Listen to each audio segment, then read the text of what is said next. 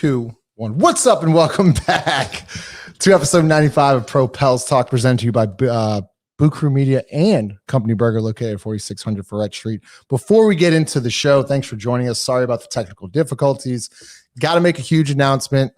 Five and Lido are official members of Pro Pels Talk, so I got to welcome you guys. So let's try this for the third time. Welcome to the show. I really don't mind doing this one because I got this remembered. Oh yeah, for sure. So how you doing today, man? I'm doing well. Not only did Will Smith smack the fuck out of Chris Rock, not only did that happen last night, but what happened? The New Orleans Pelicans smacked the fuck out of the Los Angeles Lakers. Wow. And again. Anytime you can beat the Lakers, anytime you can beat LeBron at home and take control of the 9th seed, I mean, hell, man, what else do you want? It was a huge night, not only for the Pelicans, and Ross, you broke this down last night. It was a huge win for the Pelicans, obviously in the standings in the playoff race, but also for the 2022 NBA draft upcoming. But we need to talk about Trey Murphy and his coming out party. What did you see from him last night that you haven't seen all year? Because we've seen glimpses of it, but I thought last night was his best overall game. Yeah, before we get into the Trey Murphy thing, I just want to, like I said, welcome these guys. Great to have some additional talent behind the microphones. Tired of carrying the load. Offner, nowhere to be found. So we're good. But no, happy to have these guys join us. It's going to be a fun ride. Thanks. Trey Murphy, so we said it last night. I think unquestionably his biggest contribution, in a Pelicans uniform. He was real. I mean, he was huge down the stretch, right? And I think he adds an element to what we're trying to do late in games, especially if we're trying to get a bucket, right? Yes. He's long. He can guard multiple people. That's all fine and good. He allows us to be multiple in the defensive end, I think, in terms of switching everything. But what you saw yesterday was, I think, a comfort level offensively that we haven't quite seen. I mean, we've seen a build up to it over the last probably 8-10 games. Yeah. But you really saw it manifest itself last night. Knocked down 4 huge threes. He was massive in the kind of late in the third quarter, early in the fourth quarter. And what I liked seeing was the adjustments he made, right? Hit a couple of threes. They start closing out real hard. You see him with a couple drives, a huge and one that I think got us within 2. Look, credit to the organization for, I won't call it patience, but for building a guy up, noticing what deficiencies he had early in the year and sort of helping him along. And I think what you're seeing now is the sort of manifestation of a lot of work, a lot of development to a guy that appears as though he's really going to help us, obviously in the future, but really over these next handful of games and hopefully into the playoffs. And Five, I had asked you the same question twice and I just fucked up the entire thing. So I'm gonna throw a little curveball at you now. Ross talked about development. Do you think those G League stints really helped Trey's confidence? And not only because he was lighting up G League, he was dropping 30 a night. Yeah. As a player, that confidence, do you think he's kind of taking it over from the G League now to the NBA? I think it's defensively he got that stamina in the G League. Offensively, he can catch and shoot, and you can see the athleticism, which was great, and being able to cut and see things. I think playing defense helps you play offense, especially for a guy like that's a thing. Like as he got better on defense, you saw holes for him to shoot on offense. Yeah. So I think he got that in the G League, and it just transitioned over. Because the thing, preseason, he was lighting folks up. Right. Yeah. And the summer league too. He hit a rookie wall the first game. Yeah. Like it changed. Like his whole confidence just was removed from under him. And he was allowed to do that without that pressure. Now it's like, all right, you can just go to the G League and earn that and earn it again. Now, I think we talked about Garrett Temple. Like you see somebody that's not as athletic as you, can't shoot like you, can't do what you do, and you can do it, but yet you haven't been given a chance to prove it, which is probably hard for him to see, but he needed to see that. Right. Yeah. Lito, go ahead. Yeah, and like Five and Ross said, the whole thing for him starts defensively. He can allow himself to get into a rhythm defensively. And once that rhythm, offense is easy for him. It's just the mental aspect of the game. Once that clicks for him, I mean, he's good, man. And hell, I'd be pissed seeing Garrett Temple play in front of me too. Yeah. I mean, you know what I'm saying? Like, it's nothing that he can do better than Trey. If we're being honest, I appreciate Garrett as a high morale guy in the locker room. But he should just never see the floor again. Yeah, and I thought Willie, like, I think he made that adjustment at the All-Star break. He's like, we're going to look into it. And as fans, we're like, this made no sense. But finally, he made that adjustment, and now you see Trey Murphy, and now you see Jose Alvarado. I want to talk about Willie Green a little bit. Yeah, no. Yeah, go because this is an important component of it, right? Because there's a lot of guys, and we talked about the G League and going down there, and we knew, like, you don't get drafted where Trey Murphy got drafted, and you don't play as well as he played in summer and in preseason if you just suck, right? Right. And so there's a component of that that's important, and it involves not just Willie, but the other guys on the staff, because there's a bunch of guys that will go to the G League and get disheartened. Yeah. And now you're talking about years of redevelopment, both mentally and physically. And so there's more to it than just sending a guy down there saying, go hoop and get your confidence back. Like, it's not really how it works. Right. Yeah. Well, I thought Willie was really good last night. And, we had talked about this a lot as I was making adjustments. And I felt like Willie, I want to start with you, Lito. I felt like Willie treated it as a playoff game last night. He early on, I was getting very frustrated with the Brandon minutes. I was getting extremely frustrated because, like, I understand he's coming off a hamstring and this whole minute restriction, but you could tell he was fine. Like, he was kind of cooking early. He gets taken out 6 minutes in and then doesn't come back to the last 4 minutes in the second quarter, and that's when the Lakers had exploded. But Lito, I think Willie got into their shit at halftime and kind of made that adjustment. Like, B's fine to play, and he kind of shortened the rotation. I mean, if we're gonna be honest, the first half was. It was terrible. It was an abomination of a whole bunch of bad shit. Like I was telling Justin before I walked in, you guys probably should thank me because, I missed the third and I missed the middle of the fourth because I saw Jonas and CJ go for a rebound and they lost it out of bounds. And that was just enough for me. I grabbed my keys and went to go get some ice cream, man. So but so you came back and like that. I came back. Yeah, my wife was giving me the play-by-play. Like, she was like, "Who's this guy, Trey? Like, Trey's amazing. Lighting it up. Why does the Trey play?" I was like, "Yeah, we've been asking that." But man, Willie made a great adjustment. On a pick and roll, instead of having Jonas pop, he had Jonas take the smaller player. And I mean, as soon as you dump it to him, I mean, he's right above the rim. And that made a difference in everything. Yeah. CJ started hitting his mid-range game, and man, I mean, we can never say enough about Jose Alvarado. And I need to say this because Five has been on my ass for like 3 weeks now. Jose, if you're listening to this, if you ever see this, I apologize, brother. I'm sorry. You're everything. You're everything you are as advertised. You're amazing, bro. Thank you. I'm so happy you got paid. Is that good enough for you? Hey, that works. If it works for Jose, it works for me, man. Jesus. I mean, I'm gonna go with Ross first, and then we'll go to you, Five. But what Jose has done is like ridiculous, and I didn't. And I need to offer him an apology as well. Mm-hmm. But he brings, Ross, a different dynamic to this team. Like, he can break down. We haven't had a point guard in a while. Like, he is a point guard. He gets people in the right positions. He can break down a P&R. Like, he can even shoot a little bit. Like, I know that, yes, he can shoot things like that. But then defensively, and you brought this up, Ross, like, it is just annoying when we went to the game Saturday, or when we went to the Spurs game. Mm-hmm. It's just annoying, like, from the Pelicans to make a bucket, and then that motherfucker's in your hip for 94 feet. It's almost akin to, like, if you just, and you see it more really in college and doing the NBA, where it's just kind of a soft press, right? Where we're just sort of making you inbound it, make you, maybe use some of the 10-second clock in college. I've seen. And what he does is kind of similar to that. It's not always going to lead to steals and stuff, but what he's doing, a lot of times he's making you inbound it to the other guy, right? Because it's just a simple deny, right? And then it's like, okay, so now you're inbounding it to somebody that doesn't really want the ball, that's walking it up. That point guard's having to work a little bit to run over there and get it. As people that have all played basketball, like, that shit just gets annoying. It's irritating. It's irritating. It takes up time. It takes up like a little extra energy that you really don't feel like using at that point. Most guys are cool just walking that thing up the court. They're just a soft jog, get into your set. And he just makes you put in a little more effort than you want to put in. Right. And look, at game 75, there's already a little extra stress. The Spurs, Lakers, I mean, think about it. The three teams involved in our last two games, Spurs, Lakers, Pelicans, all teams fighting for the chance to play another game to get into the playoffs. That shit is old. And you want a guy like that on your team. And I think what he does on the court obviously leads to, because people respect that. This dude's out here busting his ass.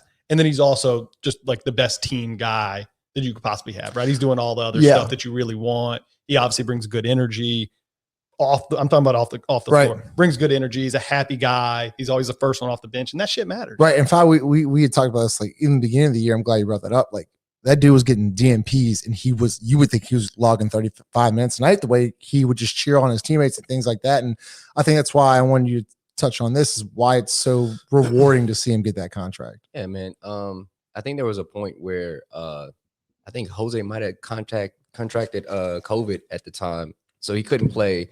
And we were trying to figure out if Jose should get the call up after that, or should it be Jared Harper, because Jared Harper came in and he had a really good game. And I was like, no, give it to Jose. Like, he's earned it. Like, he's been there. He's logged those DMPs, and he's had great moments. But just like the Trey Murphy incident, but Trey Murphy case, like, you need those minutes. Like, you need to play to learn how to play. And I think he was ready. He just needed to be in the right position to succeed. So I think he deserved it. Yeah, he's been awesome. So I mean, shout out to Jose Alvarado. He's just been fantastic. And apologies. Go ahead, Lito. Nah, and the piggyback off of Ross said, man, like, if you played basketball, like, that motherfucker guarding you 94 feet, Hey, bro. like, bro, I would want to fight him, honestly. And like that's in high school, college, pickup. Like you don't want to face that. And just practically speaking, like, you got 24 seconds to get into your stuff in the NBA. Like, I always get real mad. You've heard me get mad about this, is the whole like, oh, guys in the NBA don't play defense. And look, Jose Alvarado is clearly on like the far end of like guys that really, really care about it. Yeah. But at the end of the day, you got 24 seconds. That's it. Yeah. And if this dude's making you use 7 of that, right, to get it across, well, I mean, you know what? Like, once you get to that 11, 9, 10, 11 on the shot clock, Scrambling. yeah, like the playbook goes out the window. It's usually just Right. one dude playing Great. one-on-one at Right. that point. Like, so like, you might think like, oh, it's just kind of annoying. No, that shit matters. Like, it matters. And I'm telling you right now, as a coach, like his little sneaky move going to the corner is now in game plan. Like, you're laughing, like you think it's funny. I'm telling you right now, because he almost got Westbrook with it last night. He did the same shit to Westbrook, and he did it to Caruso. I mean, he did it Caruso, Saturday, but yeah. he almost got Westbrook last night. I think Westbrook finds something like, where the fuck this little dude come from? he's that annoying gnat that you Yeah. can't get rid of in your house. Like, you try to do everything to get rid of it, you can't. And like, who's due for the Pacers? TJ McConnell. McConnell. And like the reason why like I remember TJ McConnell is when we had that epic collapse with Stan Van Gundy last year, because that dude was just always like 94 feet guarding. I think he turned over like JJ Redick or whatever, Lonzo, like, and then we lost it. And then like Miles Turner banged home a 3. But like this team hasn't had that in, I don't think, ever. Like, seriously. And like he's also extremely talented. Like, Yes. he's I can't believe I'm saying this in game 75. He's a difference maker. He's a difference maker. He is. He is. 100. And I know 5 smiling. You got one over us. All right. It's All one. right, It's, bro. Okay. you know, you win some, you lose some. But not all that I've been impressed, right? And it's, you know, kudos to the development staff. And we've been tough on them. Some of the draft picks, some of the free agent, we've been tough on them the last 2-3 years, Justin. And I think to go find a Jose, a Herb, what you're now seeing from Trey Murphy, I mean, that's sort of a change in direction, right? Because all 3 of those guys are 3 or 4 year guys, right? And so you're getting a different type of player, but the bigger piece is nobody thought Herb could play offense. Damn sure nobody thought Jose could play offense. And so like that's part of the change here is you're going to get guys that focus on defense, but have enough, you know, untapped development to where you can get something offensively. Is it I'll start with 5 and go to Lito. Is it time to give David Griffin his roses? Like, is because I'll just let you go. Go ahead. Nah, not yet. He got to fix that big piece. He got to fix him, and like, that's his career right there. Him and the big piece have to get together and iron out the piano keys. Like, they have to do something. What's wrong with you, man? Hey, bro, I couldn't help myself. I'm on Propel Star. No, you're not on it. You are it. You know like what I'm saying? you're not on it anymore, you know, brother. at this point, it's like, all right, well, I could just say whatever I want at this point. Yeah. But yeah, man, they got to do that. You know, great job finding Herb. I think Herb's the golden child. If you got Jose, that was another piece. You know, you got to give Trajan some love. I don't know who called who. I don't know the intricate parts of that, but you know, these guys have. Oh, I think David Griffin's move to go back in the draft to get Trey while get rid of Bled and Steven Adams, like, those are key moves. Like, people should be applauded for those, but huge. colossal. Like he got to fix that with the man. Is it repairable, Lito? Is it honestly like right now? Like if you had a do or die situation, is it repairable right now? It has to be repairable. But is it repairable? Ross looks like yeah. I mean, I'll answer for him. Yeah, it's repairable. Like you win in he just said it. You win in the NBA with stars. Like Herb, great. Jose, great. Those are all. That's awesome. I'm glad we did all that. And like we've just literally sat here for the last 15 minutes complimenting those guys, complimenting the organization for getting them. You win in the NBA with stars. Right. Giannis wins. He's a star. LeBron wins. He's a star. Like you win in the NBA with superstars. I love Herb and I love Jose. They're not superstars. The big guy is a superstar. You saw it last year. He had one of the most efficient. I mean, we don't need to go into it. Yeah. You devote all resources to fixing that. Whatever that needs to be. And I mean, look, he's now back with the team. It's some of it will just fix itself, right? Winning fixes every, that's the whole thing, right? Winning fixes everything. But more than that, like being around the team, this is not a bad situation. Like this shit is, it's like you walk into some parties and you're like, man, this shit sucks. Right. You walk into the Pelicans and like, that doesn't suck. Like we've been saying it since the 10th game of the year. Like even going to the game, it's like, man, like this doesn't suck. And so like, if Zion doesn't want to get on board with that, that's kind of a different conversation. That's on him. That's on him. Yeah. But like, I think it feels like the team for sure and the coaching staff for sure is like, part of it is he's got to get on board with that. Yeah. But to piggyback off that, I want to actually go back a step. Russ was saying the past 2-3 years, we've been hard on Griff, but shit, man, he didn't give us a reason to. He's deserved it. He's 110% deserved it. So yeah, I mean, and to answer the Zion question, yeah, it's repairable. I mean, I see him on the bench. Like I see when Trey dunks, he looks like he's excited, right? And that's one of the things. His tenure here, he's not had fun. We've not been having fun, and now like the environment is changing. It's making it's so much insulation with the team. Like they feel like Griff has been preaching the family talk. Like they kind of moving like that now. Man, finally, a lot of it's stamped by somebody like CJ McCollum choosing to go to New Orleans. Yeah, that's a huge part of. Like he's the president of the Players Association. Yeah, he knows all things. Mm-hmm. Anything that goes, like he knows what good situations look like and what bad situations look like. He has all this intel, and he decided to go to New Orleans. Like JJ Redick is one of his good friends. I'm pretty sure they had this conversation about, yo, should I go down there? Is it right? And also I think we should probably do this. And I've been saying this. Brandon is the guy. Like, I think he should be the guy and players play off him. Yeah. Even the guy that we're referring to, because we're about to talk about that. I want to hit that point before you get to that, because I want to talk atmosphere. And, I don't want to we've all struggled through COVID, not like there's just these four guys in this studio right now. I'm talking about everybody in this entire world has struggled. That atmosphere last night was the first time I had felt like really alive inside the Smoothie King Center in 3 years. Yep. Ever since maybe even the Blazers, maybe since either Zion's debut or the Blazers sweep. Like last night, Saturday and Sunday was like awesome to see. It just felt like playoff basketball. It's something that we've been missing. But I wanted to talk about Brandon Ingram because I think the BI CJ combo, the 1-2 combo, Ross, is top 5, might be top 5 in the league. Yeah. Like offensively, top 5 in the league. It's a top tier, I think, combo of players. You've seen a different CJ than you saw in Portland a little bit, I think. Way different. You saw a little bit of this whenever Lillard would go out, but he's been a different guy down here. And to your point, I mean, look, B.I. hadn't played in damn near a month, and you came back last night, and it was running through. I mean, CJ's been the guy, right? Yeah. He's been great. And B.I. came back last night, and you saw a clear, in my opinion, deference to like, hey, we're working off of what you do best here, and then everything else, right? You got some easy looks off of things that he was doing. So, no, I totally agree. I think he is the center of what we're trying to do. For sure. He did readily defer to Brandon. In the sets, like he made sure Brandon got his touches, he got his looks. I mean, as he should. Like I said a couple weeks ago, we were talking. Brandon needs a billboard outside. He needs to be on the arena. I completely agree. Go ahead, Fi. No. I'm with y'all, with Lito.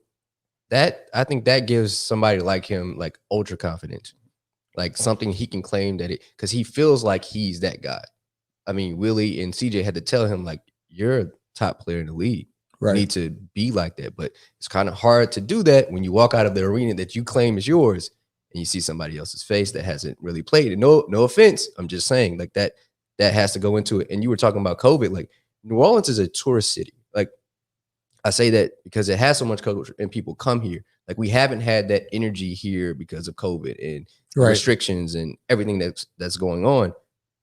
This past weekend we had like 30 festivals going on at the same time. I didn't realize Buku. I did not even realize Buku was going on. Me neither. Like, you know, you had Gumbo Fest, Fred Street. Like, you know, you had all these things going on at the same time, but it didn't even feel like that.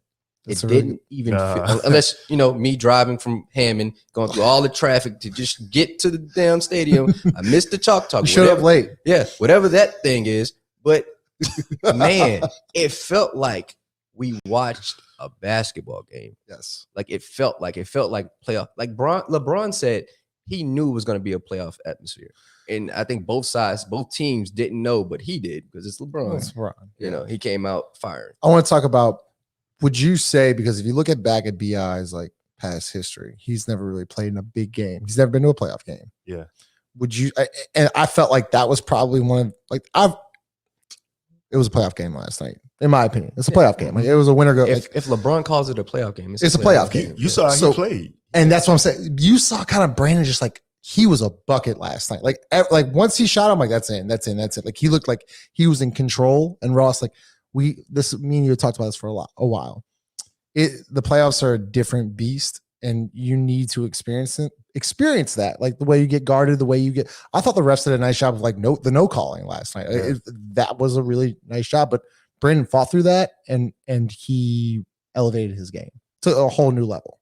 Yeah, you've got to, and you hit it on the head, right? We've been saying this now for a couple of years that there's that line that every organization that goes from sort of a rebuilder to trying to get to something, whatever the next step is, right? A consistent playoff team. You've got to go through that, and you've got to play these type of games. In the last 2 years, and we'll talk about, I think, what's coming up in the next week, but we're at that juncture again where it's now either do you rip off 3 or 4 wins in a row, or do we go and lose to the and slip up? Because let's be honest, the last few years we've slipped up. We've gotten to this point and we've slipped up. And so I'm obviously optimistic. I think we're all in this room optimistic, especially with BI back, that not this time, not this year. Yeah. But I do need to see it, because we've been in this spot now the last couple of years, and we'll go and we'll trip over our own feet. So I'm curious to see if we've learned some things. Obviously, Willie's a new coach. He's sort of the new piece in this part of it, but BI's been here. Valanciunas has played in these type of games before. CJ's played in these type of, so you've got some of the same guys, but you've got a different nucleus that I think is going to get you where you want to go this time. Yeah, I think I said this maybe week 4. I think after we had gotten the first couple wins, I was like, BI looks different. Not just body wise, just mentally, how he's playing the game. The game is slowed down for him. He knows when to pick his spots to get his points. Yeah. He knows when to get others involved. Him and CJ playing off each other. You have 2 elite mid-range scorers. Like, they're a bucket whenever they want a bucket. Brandon's fade, his mid post is turning into a layup. It was a layup last night. I mean, layup. Go ahead. I'm sorry, I didn't mean to. No, you're good. And I feel you. Like, it's a fucking layup. Like, it's like he's turning over his shoulder, like shooting over Austin Reeves like he's a fucking chair. Like, he's not even there. Austin Reeves is not a bad defender, bro. I wanted the Pelicans. Anyways, yeah. He's shooting over him like he's a chair. Like, it's a drill. It's not even real. And CJ is so important. Like you said, he's been here before. When it felt like the shit was out of control, CJ just put his head down.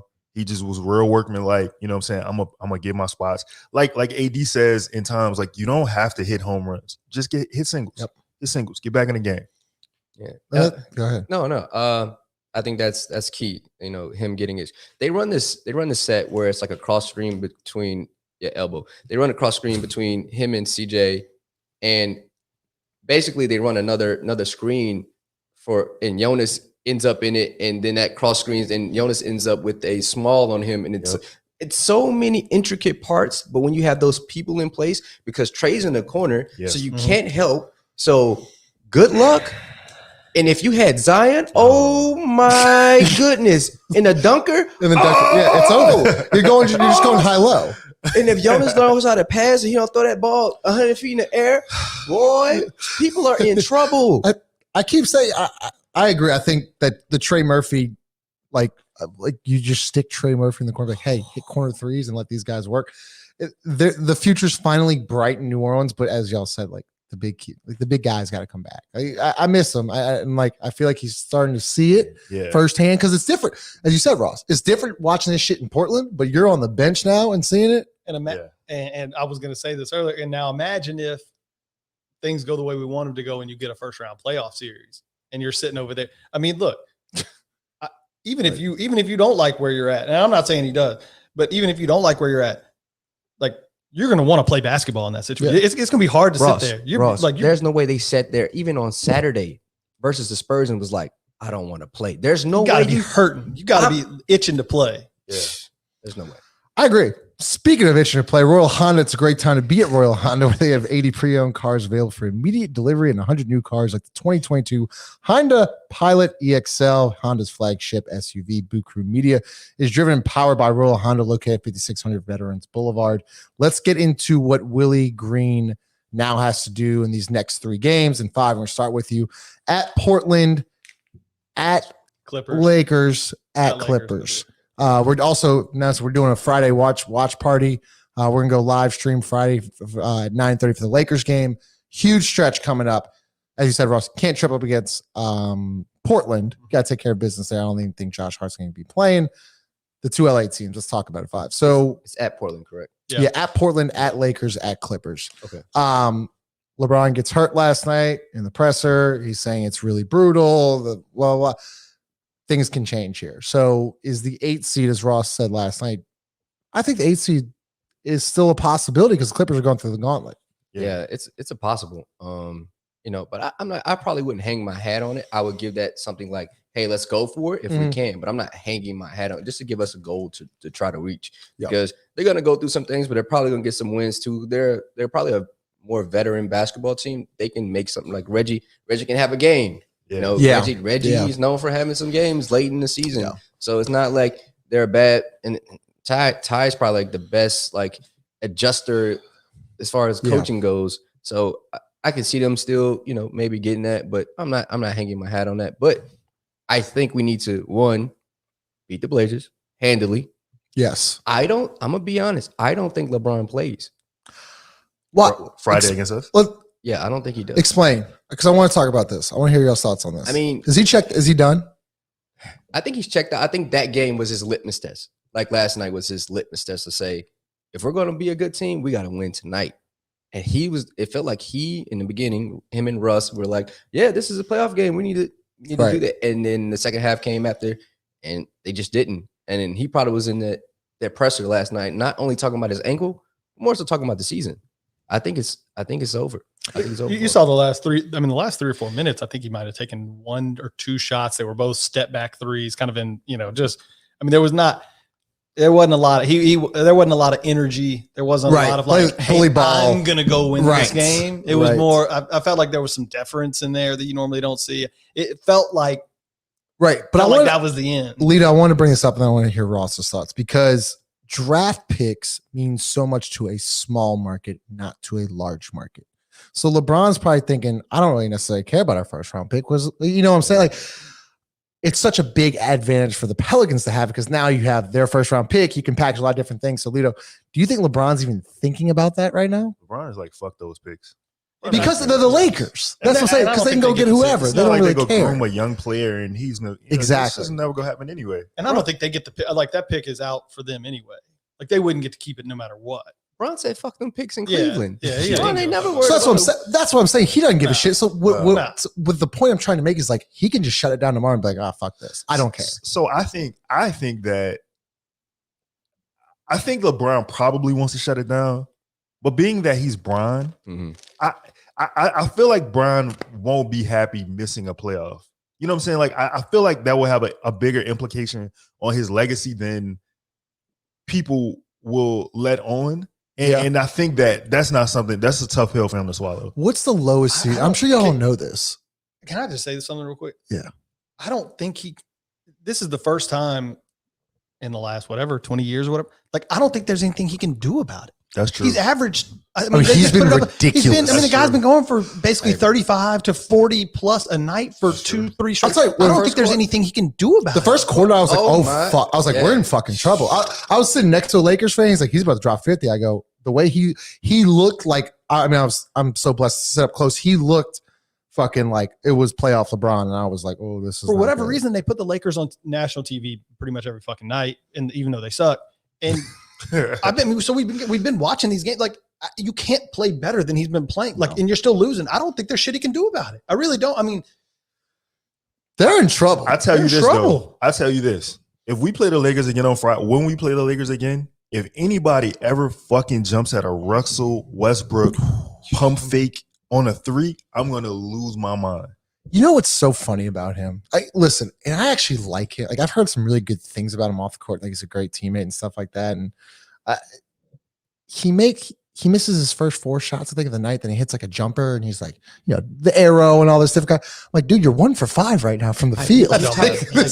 Yeah, think about it. Russell Westbrook was once an MVP. His athleticism is depleting. Like, his mindset is still the same. He still believes that he is that. His skill level hasn't increased while his athleticism, usually that kind of coincides. Usually, like, when your athleticism goes down, you hope your skills can go up. He hasn't developed because he shoots on the way down and not on the way up. And that's his athleticism is going down, hence why he's missing a lot of shots. So I'm not trying to cape for Russell Westbrook. I'm not trying to cape for him. Hey, bro, I'm not taking no disrespect for them. Like, come on now. We talking about one really, really bad season in the bright lights with somebody like LeBron, where LeBron needs skill players around him. That's his whole MO. And you brought in Russell Westbrook. Like, he plays one way. That's kind of the point I'm making. You have 2 ball dominant guys. Like, Russ needs the ball in his hands. Russ is not a shooter. Russ is more like, Russ is going to get everybody involved, and he can't really do that. Yeah. You know what I'm saying? And it's just making him look, to be honest, like, I was feeling bad for Russ. Yeah. I do feel bad for him going 5. No, I don't want to cut you off, but like, this Propel stuff. Can we stop talking about this fucking Lakers? Okay, sorry about that. Fuck that. All right, wait. So look, I'm glad you said that, because I was trying to be diplomatic, but like, man, we're fucking, man. We're not fuck, man. Look, man, we run LA. We run both teams in LA. Like, wait, what you want? Go ahead. It's a big week. It's a big week. Find so, out. You know who we haven't talked about at all is Herb Jones. I mean, it's like to the point now where I expect him to play well every night. He was incredible. He had 4 steals in the first quarter last night. I said this to you. He's not a rookie anymore. He's not like we're past that. He's not a rookie anymore. And I'm tired of him being disrespected in these NBA rookie rankings and all this shit, because all they look at is offense. It's a joke. He's a top. I don't give a fuck. I don't give a fuck if you don't hit a 3 the rest of the year. He's a top 3 rookie right now. Dude's gonna start in the NBA for 15 years, bro. Easily. What more can we say about Herb Jones? There's nothing. That's why I don't even talk about him anymore. He's not a rookie anymore. Like, that is the ultimate sign of respect. Like, bro. He had I'd say offensively, he had a very, very bad game versus San Antonio. Yeah. Like, it's probably his worst. But man, in the 4th quarter, when it was nut cutting time, bro was out. It was what? Nut cutting time. You never heard nut cutting time? I love that. Nut cutting time. Chris, if you listen to this, please check it out. Oh my goodness. All right. For sure. But I'm saying, like, when it was time, like, he was hooping. He was getting like, he got that big steal. Like there's moments where Herb just plays basketball, and his offense doesn't impact his defense, right? Which is crazy for a rookie. There's one thing I wanted to talk about last night. I don't know if you saw it, because I know you left in the middle of the 3rd and quarter and things like that. So I think it might have in the 1st quarter, Herb had a 1-on-1 against LeBron. He kind of had like the weak layup. Should have dunked that shit. Should have dunked it. The second time he comes up at him, it looked like he was about to come up, and he finger rolled it. He missed it. The 3rd time he comes at LeBron, I think LeBron tries to pull the chair. He goes up and under right hand. I just wanted one time. I would have left the building. If he made it or not, that second time he would just fucking try to boom over LeBron. To try it. He's playing polite.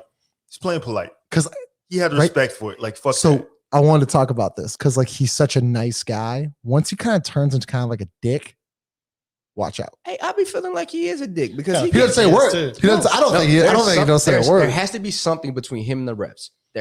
Herb has to do something because they do not like him. He's a rookie. No, it's deep. Like Herb be looking at them people like disrespectfully. You know, He does. He does. He give him that little look like, He hey, bro, does. like, I get it. And, you know, usually he's right, but he gives him that look like, I'm like, I was once a referee. I know what those looks look like.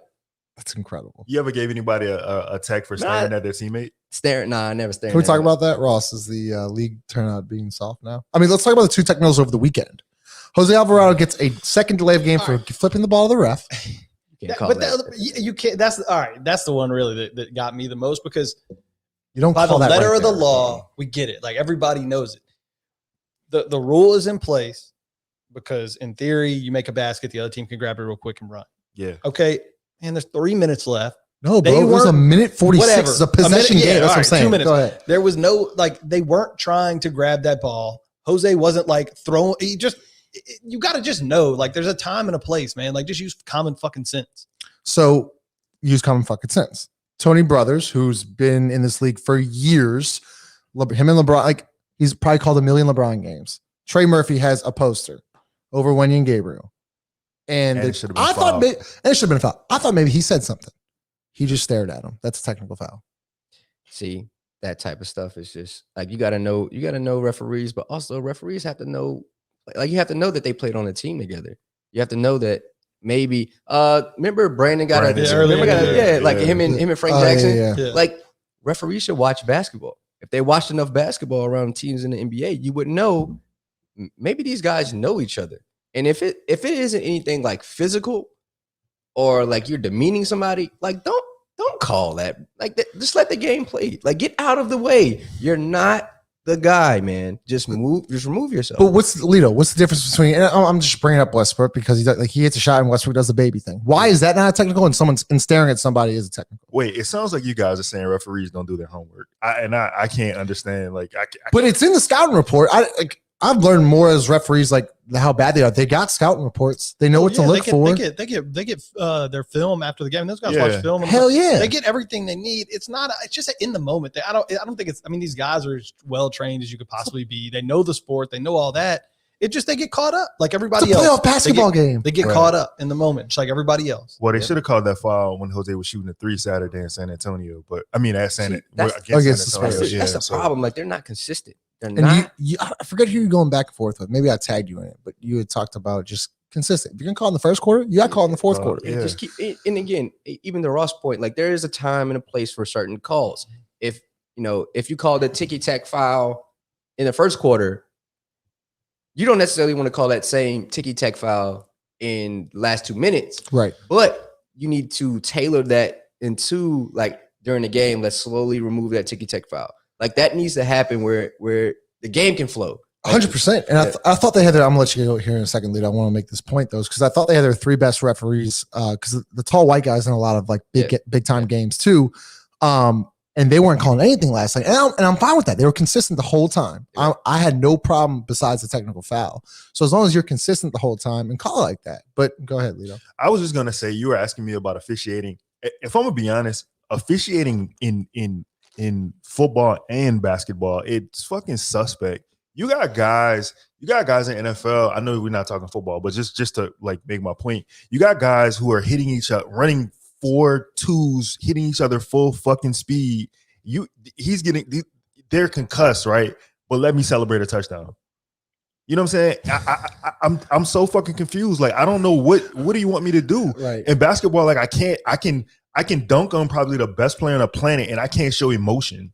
Which is insane. Like, Yeah, for me, it's just about like the level of disrespect, right? Like I don't, and that's why I have no problem. You brought the Russell Westbrook thing up, the Rock the baby thing. Like if you're running back down the court, I don't care what you do. Right. I really don't. Now, if you stand over me and rock and do something, all right, I got to tee you up on that because it's just like utterly disrespectful. But if you want to backpedal down the court and I mean, That's what do the Melo horn. does. My man used to do the horn or whatever. Darius Miles? Yeah. You can do whatever you want. Just keep the game. I just got to. If I'm the ref, I'm here just to keep the game going, right? Keep the game moving. If you're going to do some dumb shit and stand over me and flex and do all that, you're kind of slowing the game down, and you're probably what they're more worried about is what's the next thing that's going to happen. Yeah. If you're jogging back down the court and rocking the bit, that's probably not going to lead to something else. If you stand over me and flex, well, now you've got a problem because we're going to come back down the other side of the court and Valanciunas is going to fucking hammer somebody. And then it just like that stuff snowballs, but that was what pissed me off so bad about the one they gave Alvarado. It's like, that's a nothing that doesn't affect the game in any way. Like just throw the ball to the dude over there that's waiting to inbound it and let's keep this bitch moving. But now you've stopped the game. You've pissed our team off. They get a free throw. You've stopped a run for nothing. Well, I thought that it was funny because back-to-back bullshit technical fouls. It affected the game Saturday in a negative way. I thought Sunday it affected it in a positive way where everyone was like, fuck this. Because LeBron misses the free throw. We get the stop and then we go on the crazy run again. And it was just like, it was a big momentum swing, but at the end of the day, like just be consistent. That's all I'm asking. But before we get out, I want to talk about one more thing about Willie Green, which I was impressed about, is on Saturday. And I want to get y'all's thoughts on this. And we'll start with Ross first and we'll go down the line. We get the stop on Saturday, 18 seconds left, and we don't call a timeout. We get the Jose Alvarado shot, misses it, we lose. Last night, there was a great moment where we're making the run. We cut it to 5, and it's like a back and forth, and it's sloppy as hell. Sloppy. And Willie Green's like, you know what? I'm going to call a timeout here. Let's get settled here. I thought it was a really nice adjustment because on Saturday night, he had mentioned I should have probably called a timeout there. And I want to hear y'all's thoughts on this because I think it's a very big topic. And I'll give my thought first. Usually there's a rule of coaching. If there's 7 seconds or less, you let it go because, it's just kind of like a scramble and you just go. With 18 seconds left, and you got to think of the personnel you have on the court. He had, against the Spurs, he had Trey Murphy, rookie, Herb Jones, rookie, Jose Alvarado, rookie, Jackson Hayes. He's still in my mind basically a rookie. And CJ. Like at that moment with 18 seconds left, I'm just going to call a timeout. Let's get JV in. Let's set up a play. Let's call our best set and go from there. We kind of get like a crazy down screen. Oh, they doubled CJ. Herb sets a down screen for Jose, and Jose like shoots it with 7 seconds left. We lose. But with 18 seconds left, I think automatically got called timeout. Now, if it's Brandon Ingram and CJ McCollum and Jonas Valanciunas, and you got some veterans and some all-stars, and like CJ's got to get out the way. With 3 rookies, Jax, CJ, what'd you think of that situation? I mean, look, regardless of what I think about it, look, you hit the nail on the head, right? Because if 1, it's a chance for you to draw something up, and 2, it's a chance for you to get the right guys on the floor, right? Whatever. What's the thing that stands out to me in all of that is that you see another instance of Willie learning from either a mistake or just learning from a situation. Yeah. How to get better, right? Did it early in the season. Everybody said, why is Temple playing? And he just straight up responded like, yeah, we'll look at that. Yeah. It's changed. I probably should have called a timeout on Saturday. It's things that he's learning from. It was the difference of timeouts, but he got the right personnel back on the court. Right. And so it's whatever. Like no coach is going to nail every in-game thing. And he probably thought, look, there's probably an argument that you got a bunch of young dudes out there. We're coming from behind. Like, let's just see if maybe we can get something in like a little semi-transition and get a good look. It's a fair thought. Everybody's got a difference of opinion on that stuff. But all I care about is it seems like Willie is learning and willing to change and willing to adjust things. And that's, look, that's coaching 101. And I feel like, so to be fair, if the ref calls the foul on the defender on Jose Saturday, it's a whole nother conversation. Yeah. But in Willie's case, it's a rookie head coach, and he has to be allowed to have grace to make. He's gonna make some questionable decisions, right? But like Ross said, he flipped it in the end, and he called the timeout, and he set up a play, and he made sure everybody was in the right position, the right players in the game. Yeah. And I think going forward, like, man, Willie's gonna be fine. Willie is a good guy. He just follows his instincts. You know what I'm saying? And that's gonna get him through. Yeah. And little side eye. Willie is that guy. 1, I don't mind him allowing them to play through it. 1, because the emotion of the game is spinning. Yeah. We just get a steal. We get a turnover. The crowd's in it. Everybody's up. You don't want to lose that momentum by calling a timeout or maybe we got a mismatch because we're kind of in transition. Now, what we're probably not even talking about, it's versus Pop. It's versus San Antonio. They're not bad mental basketball players. They've been playing against them. They haven't doubled CJ all game. And the one thing you shouldn't do when you have those guys on the floor is bring a screener up because that's an easy double, and he just stayed. So CJ has to give up the ball. Now then is when the timeout should have happened, not before. Like we already got a pass half court. They double CJ. Now you call the timeout because there's about like 9 seconds left. Yeah, something like that. Plenty of time. Yeah, swung it to Herb. Trey sets the down screen. Well, I think it's Herb. It was a weird. Yeah, Herb was right there. It's Herb. He swings it to Jose. Trey kind of gets in the way of the defender, like a flare screen, and that's where Jose gets that shot. But I'm not mad at it because you've seen plenty of times where it's that secondary break, where it's not the initial push, it's the second push where that shot comes, and I'm not mad at it, and you can see that he's growing in that. But also, think about it, he hasn't had a consistent lineup all year. The reason why he got Jose, Herb, and Trey in the game because Brandon's sitting. Yeah. Jonas probably hasn't been playing with, or probably was out of the game because of an offensive defensive situation. Like that's going to happen. Yeah. Those young guys actually need those reps too. And that was, I guess, the point of the whole Trey Murphy, Garrett Temple minutes were like, I'd rather see Trey fail than Garrett Temple do nothing for. Yeah, exactly. So, damn, that was a good one. That was 50 minutes. I fucked up the first 5 minutes for that we were muted. But episode 95, go ahead. Leo. I got one thing. I got one more thing. When Jonas dives, can he just look at the rim? Like can he just look at it and just go finish it? Yeah, just it's right there. Just say hate. Decision making's a little. You talk about Herb, the way Herb's officiated on the defensive end. Man, I feel like Jonas picks up some bullshit fouls. So I mean, some stuff where it's like. Because he's getting hit hard. He's getting, it's a big guy, hammered under there the whole game, and they'll call some real soft stuff with a little dude kind of sneaking up under him at the. I feel like he's been. I said it last night in the recap. That dude has been a yeoman, done yeoman's work this year. Just showing up every night and brought it every single night. And it's like I wish he got just a hair more respect around the league. And definitely with officials because the dude's in there getting hammered every night. Yeah. No, I agree. I mean, Cheddar Chaz don't know. Shout out Cheddar.